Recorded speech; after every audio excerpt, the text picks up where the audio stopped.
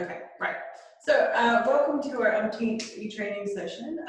This session is going to be on instructional design and how you can make your slides a little bit more exciting. I will be using magazines as a way to kind of get a little bit of inspiration. So we find with a lot of our clients that people get a bit stuck on how do I make it look exciting, how can I make it look good? And what I tend to suggest is that you try and find a magazine or a website that's already pitched towards your target audience, one that looks nice and that's professionally done, and you use that as a way to kind of give yourself a little bit of creative influence on how you put the slide together. So a couple of things to go through today, and hopefully you get something good out of it. If you have any questions along the way, just feel free to interrupt me because I will keep talking if you don't. Right. So getting started, what I've got are a couple of examples of some magazines that we have around the office. And I'll go through what the magazine looks like and then what the design looks like that I've created. And we'll do a little bit around how I did what I did. And then at the end, if you guys want, I can go through and build one for you live if you would like to see that. So for starters, we have a magazine in office right now around running. And I quite like the layout here. They have a nice image in the background. They have a nice little call out here for just kind of like a title. The first thing that I want to point out on this one is that they use font hierarchy to a really great level. So font hierarchy is about having a difference in the types of fonts that you're using to create the level of importance that a piece of text actually has. So most people recognize it as a header and the body text, but you'll notice here that they also have a subheader and then a little bit of a kickstart to get started, and then they also are using bold along the way for great effect there. So what I've done is recreate that, but in a different subject genre necessarily. So we've gone for more of a mountainy look, and we've recreated that little call out tag, and we've duplicated the effect that they've kind of gone with for the font hierarchy aspect of it. Now, what I want to show you on this specifically is how I have used that background image, how you can get this embed tag to show up if you're using a website called Unsplash, and then the way that I've kind of laid this out. So what we'll do is I'll show you this bit first. So we have a tool set called Shapes, and Shapes is a really handy way to recreate things that you can pick apart into geometric elements. So what you'll notice when you look at this, if I zoom in, that will probably help significantly. So we have effectively a rectangle with some text in it, and then two wee triangles. So when you kind of pull it back and think about it like that, you can really kind of go through and recreate that effect on this site. So what I've done, if I ungroup them really quickly, what we have here is a rectangle with text in it, and then two triangles. And it's just all about the placement of the rectangle and the placement of the triangles. And you fiddle around with your arrow keys for a little bit and get everything lined up so you're happy with it. And it looks all right. And then you create what we call a group. So you'll be familiar with this concept if you've done anything in Word or PowerPoint. It's the same kind of thing. So select all the items. You can hold down Shift and select multiple cells. And then you'll go to Layer. And then you'll click Create Group. And what you get from that is a really nice, tiny little grouped section of elements. Now, what I want to point out with this is that if you do need to go back and edit that text, you have to ungroup them first, and then you can go in and edit the text to whatever you need it to be. So that's just a really quick example of how you can recreate a design element using a combination of shapes. So you can get creative about how you use it. You just kind of have to think about what you're trying to make and see if you can break it down into some really basic geometric shapes and rebuild it yourself. So that's that element. Now for this bit, I have 3 different cells for text. So we apply font formatting per cell. So you need 3 different cells for that. And then this is a shape element in a rectangle shape that has a fill color on it with opacity applied. So opacity is a new setting that we've allowed in on this palette that we have. So once you pick your color, This element down the bottom is the opacity, so it's based on the percentage rate. So this is effectively set at 60% opacity. So if I bump that up to 100, then it'll be full color fill. But what I wanted to do was soften it a little bit because the image in the background is quite nice. So we softened it up to 60 to give it a little bit of a softer look. So then what you end up with in the live format is something like this. Now, for the background image, one of the consistent problems that we find people have is that they don't have access to good imagery. We have a purchased subscription to a site called Shutterstock. And you can come to us if you need something specific and we can get it for you. Or you can go to a site like Unsplash. So if you've not heard of Unsplash, this is a really lovely photo site where you can actually go and get any kind of photo you want. They're freely provided to you. They just request that you provide credit to the author who has provided the photo to the site.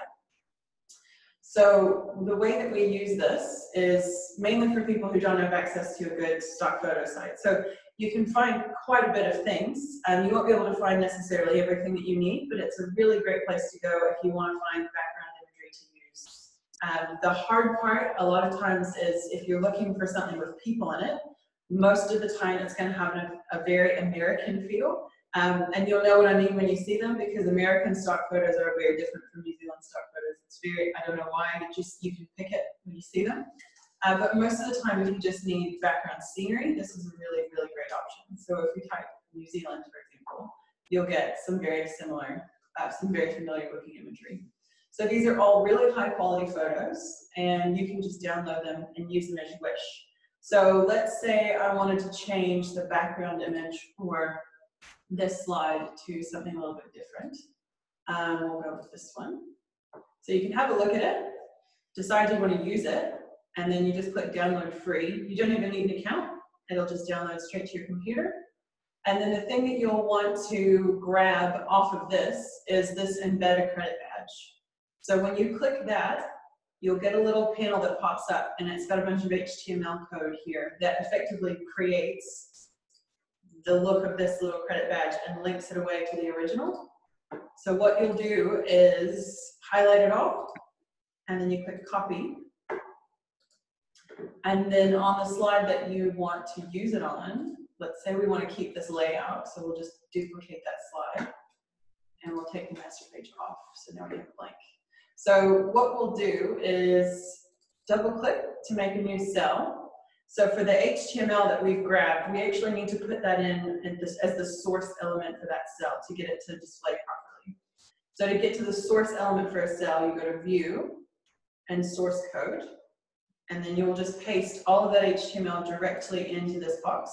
It'll look something like that. And then when you turn source code off, what you have is this nice little button that is linked back to the image from Mr. Tobias Keller. So we'll pop that in the bottom right-hand corner. And then I'll actually go and format the background image itself. So before I go into this, I need to point out one thing. These slides are all fixed width and fixed height. So the width is 950 pixels and the height is 600. So keep those numbers in the back of your head, write them down if you need to. And what we'll do is go through and grab that photo and put it into our media manager. So we'll go to Add, Media, Image, and then choose Files to upload. And I will grab the one that I've just downloaded here, this one. And it'll be a relatively big photo. So the thing that I need to point out here is when you grab one of these really high quality photos, they're actually way bigger than the slide themselves.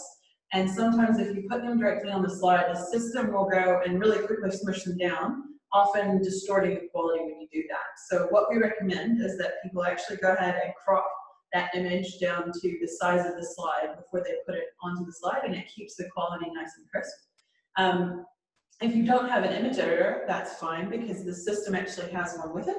So to use it, you'll select the image that you want to fiddle with, and then you'll see under here there's a little link for, it gives you the width and the height of that particular image, and then there's a little edit button. If you click that link, you actually go to the in-system photo editor. So the only two tools that I really use here are resize and crop, and that's mainly just to get everything down to the size that I want it. But you can fiddle around with these other tools if you like. They're there to be used if you need them. So resize is what I do first. And keeping in mind that we have 950 wide, 600 high, what I do is say, okay, which of those is going to be the number that I need it to fit? So if you're working with a landscape image, you want to adjust the width first. So for this one, it was a landscape image. So I will say that I want it to be 950 pixels wide. And when you tab off, it'll resize it on screen. And what you'll also notice is that the height isn't quite right because the height is 630. And we just want that to be 600. So from here, I'll go to crop. And then I'll go 600 for the height. And you'll see that it'll crop a little bit off the bottom. So that's a really quick way to resize a photo to fit kind of where you want it to fit.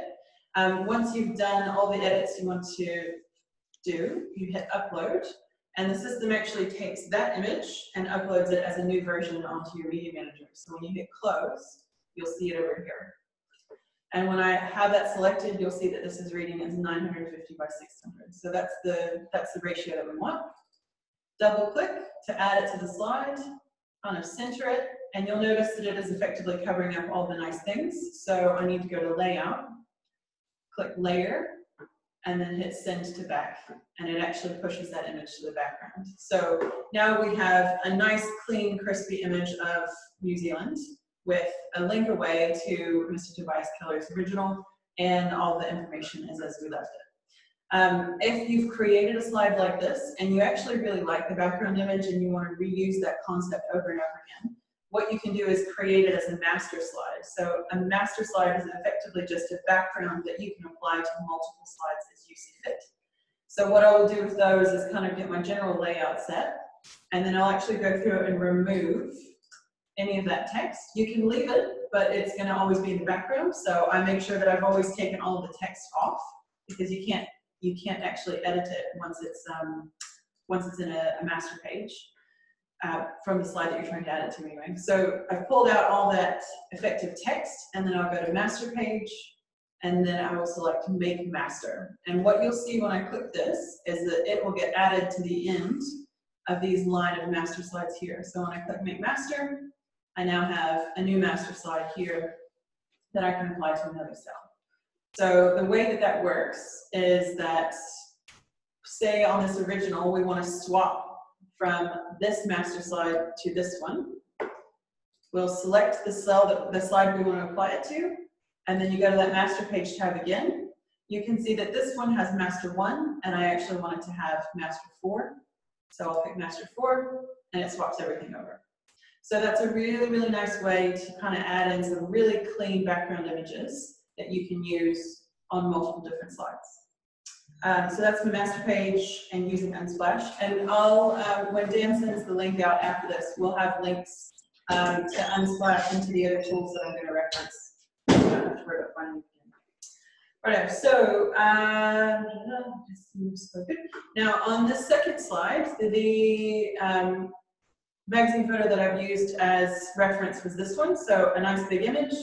And then you'll see over here that they have an even more intense version of font hierarchy than the other one. So they've got a nice clean title, they have a subheader, but then they also have these little pre-head tags above the body paragraphs. So what I've done is just kind of recreated that effect on this slide. So same thing we've got going on here, and this is just an example of using font hierarchy to its greatest advantage. So you have a nice clean header, you've got a nice clean body text, and then you have some subheaders for the rest of the body of that particular bit of information. The difference on this one from a background perspective is that I have applied a background color to the slide, and then this image is actually only half the size of the slide itself. So if I swap the background color around, you'll see what I mean. So if we change that to like a light gray, you can see that the image only fills part of it. And what I was looking for with this one was something that had a clean edge on it that was roughly the same color. And what I wanted to do was match the background so that it looked like this image kind of bled off to the left. So one of the tools that I use, and I use it really, really regularly, is a color picker that is an addition that you can add onto Chrome. So we'll send you a link to where you can find this at. But what it does is it adds it as a tool up here in your toolbar. And when you click it, you can actually pick any color anywhere on the page that you're on. For a website, you could be looking at an image, it doesn't really matter, it's whatever it is that you're trying to find. So in this case, I want to go all the way to the edge, and I want to grab that black. And when you select it, it gives you the hex code for that specific color. So you'll go and copy that, and then in background, you'll change that same hex code up here to the one that you found on the color picker. And when you click OK, you can do it all the way properly.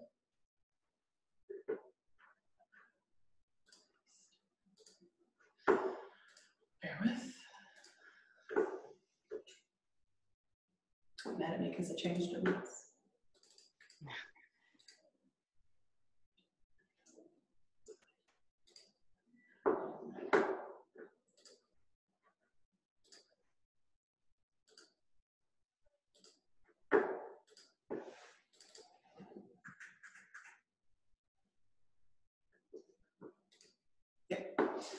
So when you change the background color, you'll see everything kind of bleeds away.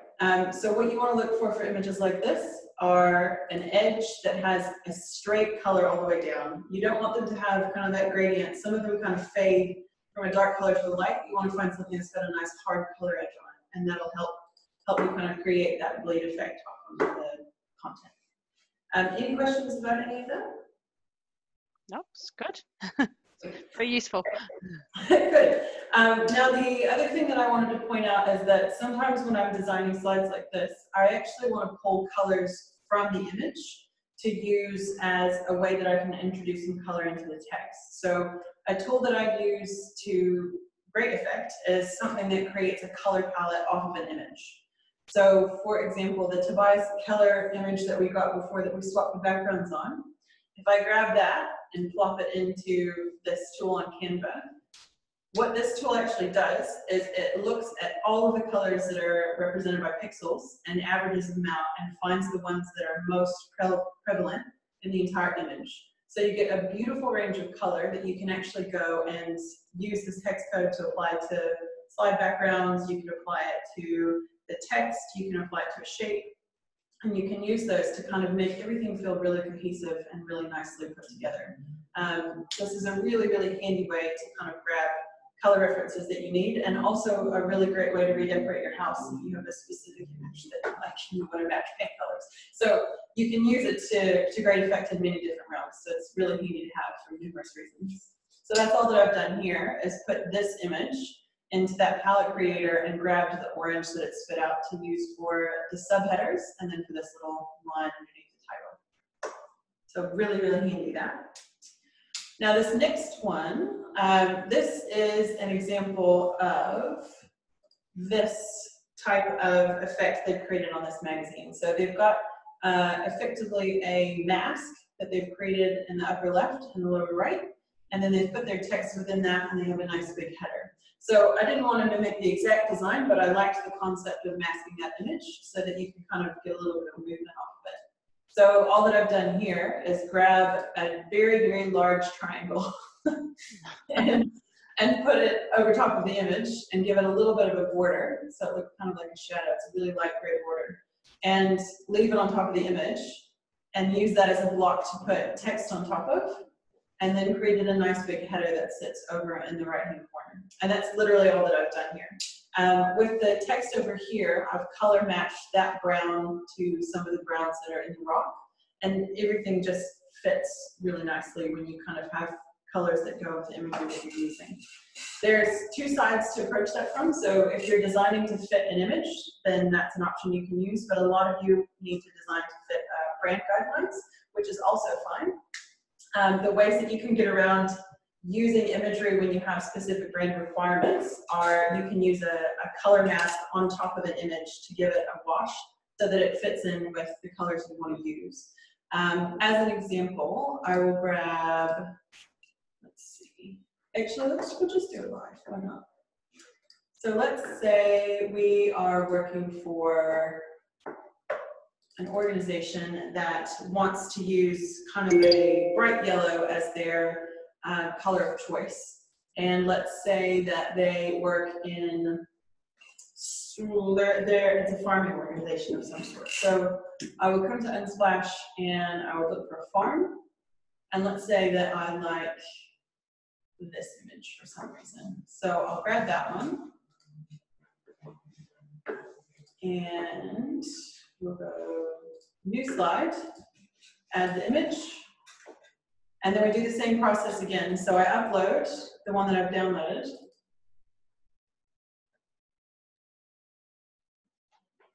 And then I'll resize it to fit the slide. So you'll notice this is portrait, so this is different from the one that we worked with before. So this is going to be a slightly different approach because I actually want to crop just the hands out, let's say. So what I want to do firstly then is resize, and the width is what I'll adjust first. So I want the width to be 950, and you'll see that the height is actually quite big because it's a portrait image. So what I need to do is shave a little bit off the top and then crop the rest of it to fit. So you get into a little bit of a fiddly approach with these. But when you click crop, what you'll want to do is go to the top of it and kind of do a little bit of math in your head. So you've got 1425 in height and you want it to be 600. If I just straight cropped it to 600, it is actually going to cut everything off the bottom. So I want to shave some off the top, but I don't want to shave too much. So we eyeball it, and let's say we want to take 500 off the top. And you can see already that that's kind of centered those hands for me. And it's dropped the height to 925. So I now want to make that 600. And you'll see that I now have a nice tightly cropped image. So we go upload and close. And then I'll grab the image and set it in the center, like so. And then I will say, all right, now I need a wash on top of this because it doesn't fit with the branding that I've got. Actually, let's use the green and then it'll work nicely with the site. So I'll go to the site that I want and I'll grab the green that they use and we'll copy that, like such. And then on this image, I will actually add a shape, rectangle, and I'll have it fill the entire slide like such. And then you'll go to cell style. You can turn the border off, you don't need it.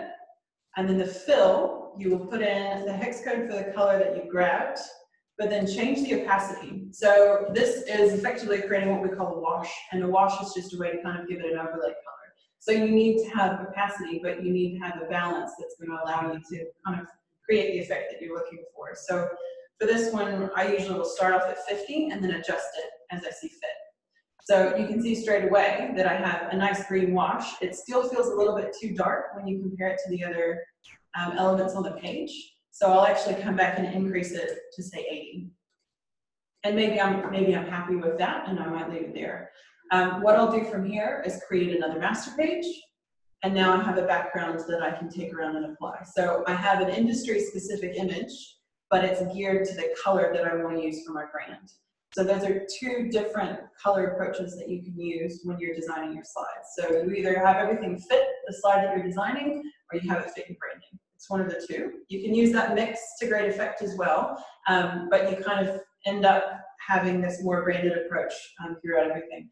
A great example of an organization that does this really well is New Zealand Cricket. So they use really nice color washes on their imagery to great effect.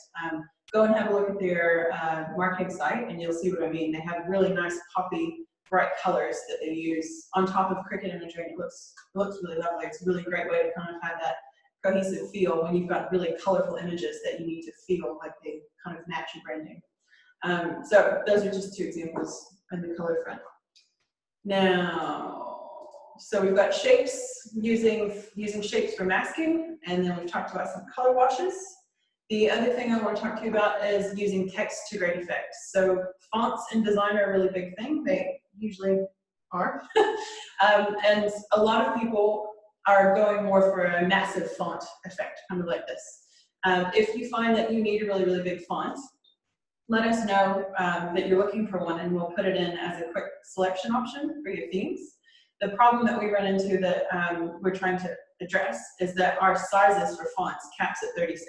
We can't actually get them to go any higher than that without coding stuff in the background. So this is 100 points to give you an idea. So it's actually 3 times bigger than what you see there. So that's something that we can make for you. So if you find this is an effect that you'd like to recreate, just get in touch with your backend rep and we'll make sure that that theme is available for you on your authoring platform. So for this one, all that I've done is made a really big header font, and with the fill for that particular text color, I've actually made it a little bit transparent. So you can kind of see if I move it around that you can see the background behind it. So this is a really nice way to kind of introduce key terms in the back of the slide without them being in the forefront. And what you'll notice when you use effects like this and you make text transparent, you actually are adjusting the font hierarchy in a really subtle way. Because most of the time you land on a slide like this, you may quickly glance at these, but this is what actually stands out. So for example, you might use this for a company who wants to list out the different values that they have. So this could literally just be a giant form of the word honesty, and then this could be how they use honesty from their day-to-day business perspective. So it's a really sneaky way to kind of create something that looks a little bit more exciting, but without having to do heaps of work, because all you've done is written a word and made it opaque and put a couple more words on back. You're good to go. Yes, so that's opacity on fonts. The other things I wanted to mention to you guys, especially when you're working with something like this that's actually quite small and you're having to do some really finite adjustments with the pixels, you can use your keyboard shortcuts to zoom in and out if you don't already know what they are. If you're working on a Mac, it's Command and then plus or minus. And if you go Command 0, it'll bring you back to neutral. So Command plus, minus, and then 0. And if you're on a Windows, it is Control. So same thing again, Control plus minus and 0. Really, really handy when you're working on these little things, because you can get in there and really see what's going on. And then the other thing is with your, just remembering this source code stuff down the bottom. So as a reminder for that one, you will make a new cell anywhere on the page, and then you'll go to View, Source Code, and you'll pop your HTML coding in there. Yeah, any questions about any of that? Oh, it looks really good. Cool. Exciting. With the images, do you recommend we resize it within Bracken or not, or elsewhere? Doesn't matter. If you have access to a photo editor, do it out. Like honestly, we've got access to Photoshop, so I always resize my stuff in Photoshop mainly because I'm faster, and it gives me a lot more flexibility because you can move the picture around and it doesn't have that issue with cropping. But for people who don't have a photo editor, that's a really, really handy tool to be able to access. Yeah, just because I have an issue with lots of my photos taking a while to upload when you go into a new slide, and I was just wondering why that might be the case. Yeah, so that'll be a resolution-based thing. It's just when they're really, really big, they'll take ages to load. So what you can do when you're looking at your images and you want to see, you know, is this bigger than what it actually needs to be? I'll show you what I mean. So if I make a new cell and then I put in one of the images that I've added, but I don't edit it. So let's say we grab this original of the rock climbing guy. So this is actually a massive image, and you'll see that it takes a while to load over here. So it's 8,000 something by 5,000 something. So if I go to add that, it actually doesn't appear straight away. This is just because it's so big. Like this is what happens when they're massive. So with these, usually I end up having to refresh it so you can see what the thing is. There we go. And what you'll see is that it's finally gotten it in place, but the way that you can kind of check to see is the image that I'm using too big is selected on the screen, and what you'll see is at the top, you'll see the name of it, and then at the end of it, you'll get the actual height and width measurement, and the size as well. So this is an 8 meg photo, it's huge. So it's cropped it to fit it on screen, and what you'll notice, if I switch back and forth between that one and the one that I've made, is that the quality is a little bit different. So this one is nice and crispy, and the contrast is quite good. And then this one still takes ages to load, but you'll notice it's a lot fuzzier. So that's literally just because the system has had to really quickly smush it to get it to fit where it needs to fit. So crop it beforehand, and if you've got stuff that's taking ages to load, have a look at the sizing, make sure that it's already cropped. This is one of the first things I do when people tell me that, is I'll go and look at the size and say, okay, well, it's massive, so we just need to crop it down and then it'll be fine. The other thing you can look at is the MIGs. So that's really big for a photo because it's a high-res photo off of a professional photo site, so it's not surprising. But that's what's going to slow it down as well as the amount that's associated with the file. Yeah. Thank you. Sweet. Well, that's our 30 minutes. Now, I've got an example that I can offer for you live if you want. This one. I can recreate bits of this page if you'd like to see that, but if you're happy with what you've seen so far, I'm also fine to go about the rest of my day. Good. And you'll send the link out so we can review this? Absolutely. Yeah, and I'll also send links out to Unsplash, this color palette, and then also the link that you need to get to add this tool onto Google Chrome. And honestly, of all the things I've mentioned today, that is the thing that I use the most, hands down, day-to-day life, everything I'm doing, doesn't matter. Incredibly helpful to use that. Okay, wonderful. Thank you. Okay, cool, great. Well, thank you, everyone. Get in touch with your Brecken account reps should you have any further questions. And beyond that, we will send you a link out with the video. Okay. Thanks, Lauren. No worries. Thank you. Thank you. Okay, thanks, Lauren. Bye. No worries. See ya.